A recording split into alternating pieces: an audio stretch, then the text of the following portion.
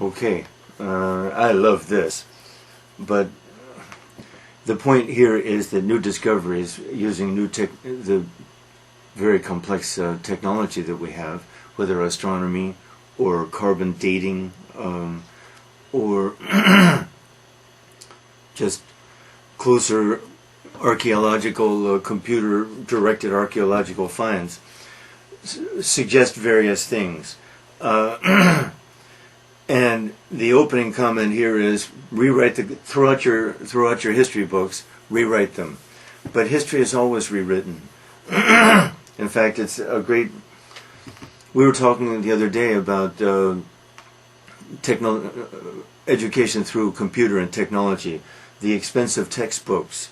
This is a perfect illustration of why that's probably a necessary development. History textbooks are very expensive. And if they become obsolete, as they do, at least in some ways, quickly, and more quickly, then there's absolutely no reason to write history textbooks. And I agree. I mean, that's stupid. It's wasteful of the environment. It's wasteful of a lot of things. Okay.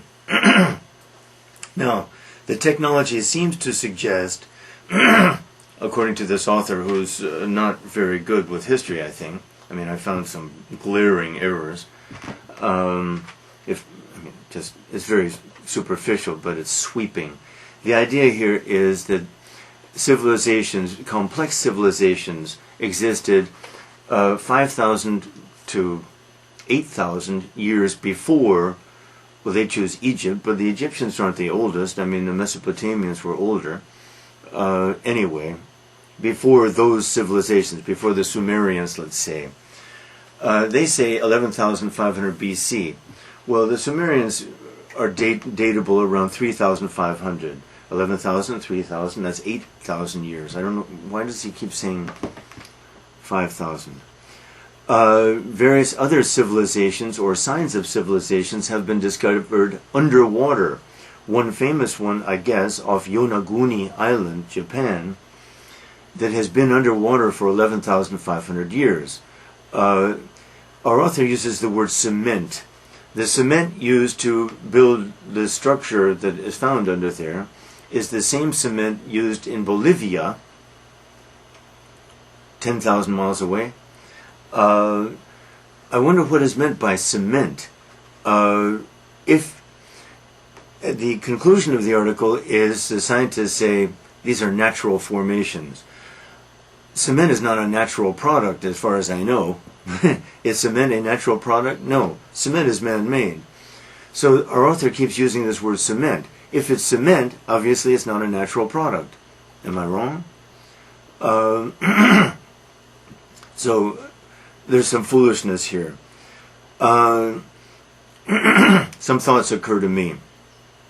In my own opinion, history is a game that we play. And it's one of our silliest games. I mean, I find it interesting. Ask me dates. I know all the dates. I know a lot of history. But in the end, I regard it as a game. That is, it's our attempt to impose an order on the disorder, the perhaps unintelligibility of the past, of time itself.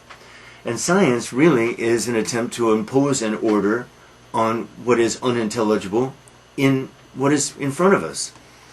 And of course this changes constantly. Science changes constantly, must be revised constantly. And so to say we know something about science is of course a great exaggeration. And science is profoundly unphilosophical too. Science throws away philosophy, basically, ignores philosophy. And that's okay, because philosophy may be another such of these games. And in my opinion it is. That is, an attempt to impose an order on what we cannot possibly understand. History is the silliest one of all, though, because now we go back, whether 10 years or 13,000 years, and we say, here's what we think happened, here's what's going on, and here's what seems to result from our findings. Of course, it's always subject to revision, sometimes drastic revision, always revision, and really it's a game we play. And those who put great faith in it are those who are eager to believe that we can know something, and are placing faith in what is even sillier maybe than religions.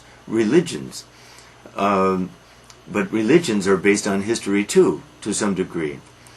In the end, we really know nothing. And I'm sorry to preach at you, but I'll take this opportunity. If we just acknowledge that, if we just acknowledge that we know nothing, have never known anything, will never know anything, this would be a good basis, something on which to build a little bit, something, instead of all this nonsense that we say. Sorry, thank you.